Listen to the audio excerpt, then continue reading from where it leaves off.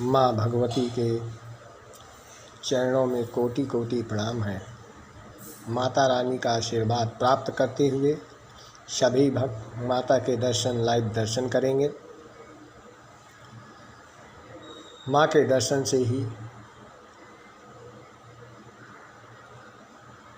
भक्त का उद्धार होता है। इस प्रकार से माँ भगवती के चरणों में कोटि कोटि मेरा नमन है और मैं माँ भगवती के चरण बिंदुओं में रह कर के आश्रय लेकर के माता के आशीर्वाद को प्राप्त करता रहा। धीरे धीरे समय व्यतीत होता चला गया और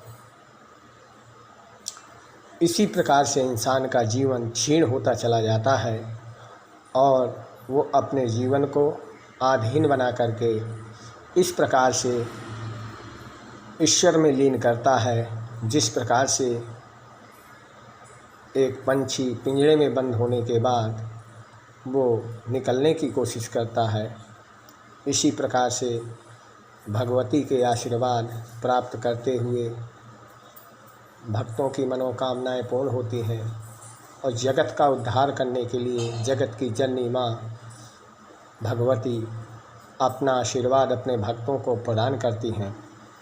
संसारिक जीवन में आकर के भी वह अपने कर्तव्यों या मूल भागों को भूल जाता है और वह नित्य कर्म करने वाले कर्मों को अधीन बना करके अपने ही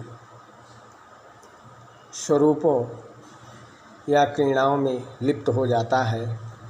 जहाँ माँ का आशीर्वाद प्राप्त होता है वहाँ तिष्ट क्रियाएं कभी प्रवेश नहीं करती हैं, न उसके जीवन में कभी बाधाएं प्रवेश कर सकती हैं।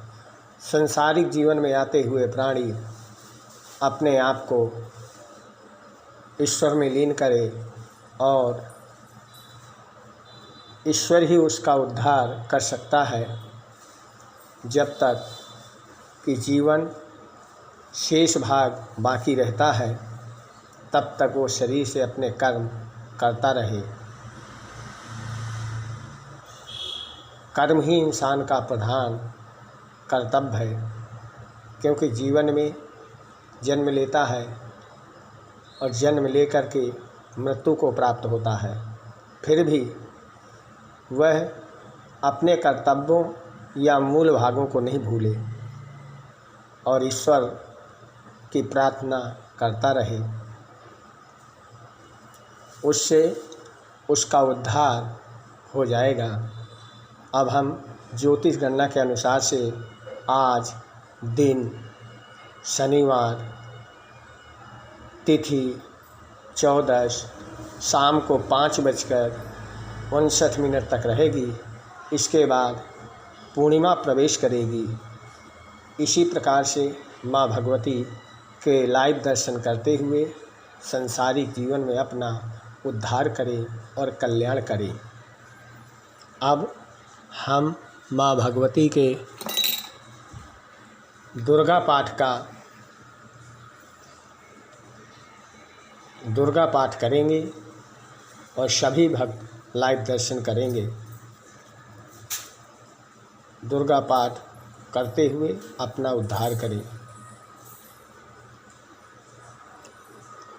ओम प्रशांत शपद क्रीडा मुनिशेषो पदोभितं तास्तोकास्थितं कालं चामुनिना तेन सत्कृतः। इस प्रकार से मार्कंडेय जी कहते हैं कि वहाँ जाने पर मुनि ने उनका सत्कार किया और वह उन मुनि श्रेष्ठ के आश्रम पर इधर उधर देखते रहे, जहाँ कि कल्याण करने योग कोई ऐसी मोह माया वहाँ नहीं उत्पत्ति हो सकती है।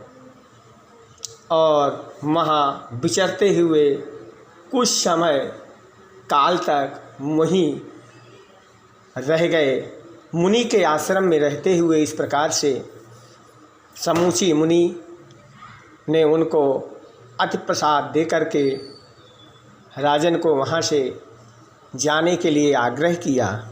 बोल सच्चे दरबार की जय हो।